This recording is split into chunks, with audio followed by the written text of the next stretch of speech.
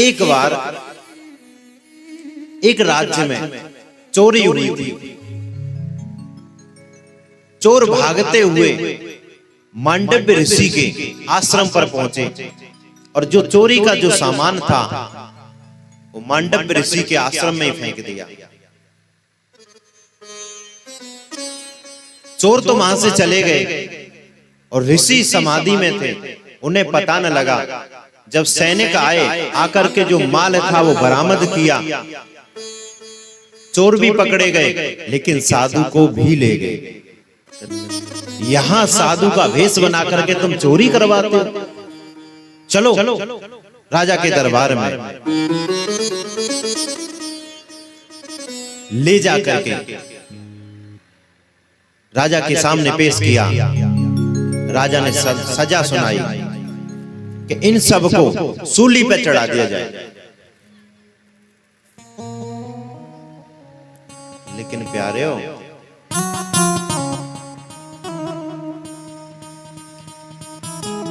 जिस पर कृपा राम की हो ता पर कृपा करे सब। वो जो सूली थी ना, मांडव ऋषि को छेद न सकी। 3 दिन हो गए। जब ये बात राजा को पता चली कि जिस साधु को सूली पर चढ़ाने का जो आदेश दिया था वो तो ऐसे ही 3 दिन से उसी के ऊपर बैठे हुए हैं और समाधिस्थ हैं। राजा आकर के चरणों में गिर गया।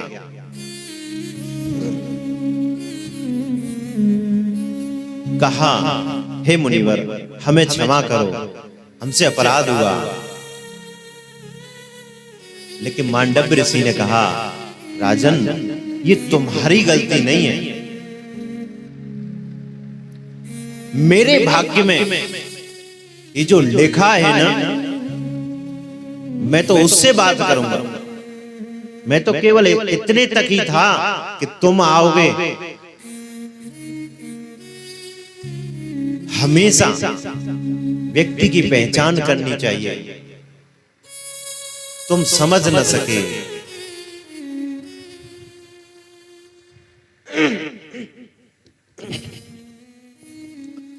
मांडव्य ऋषि सीधे गए यमराज जी के पास में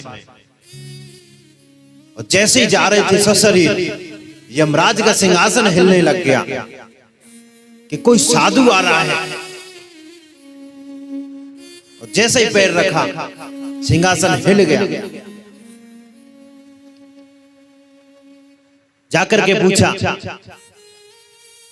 हे धर्मराज, मेरा अपराध क्या था जो मुझे सूली की सजा दी?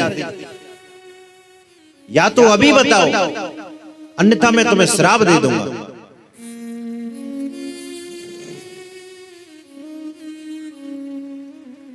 अब यमराज जी कांपने लगे।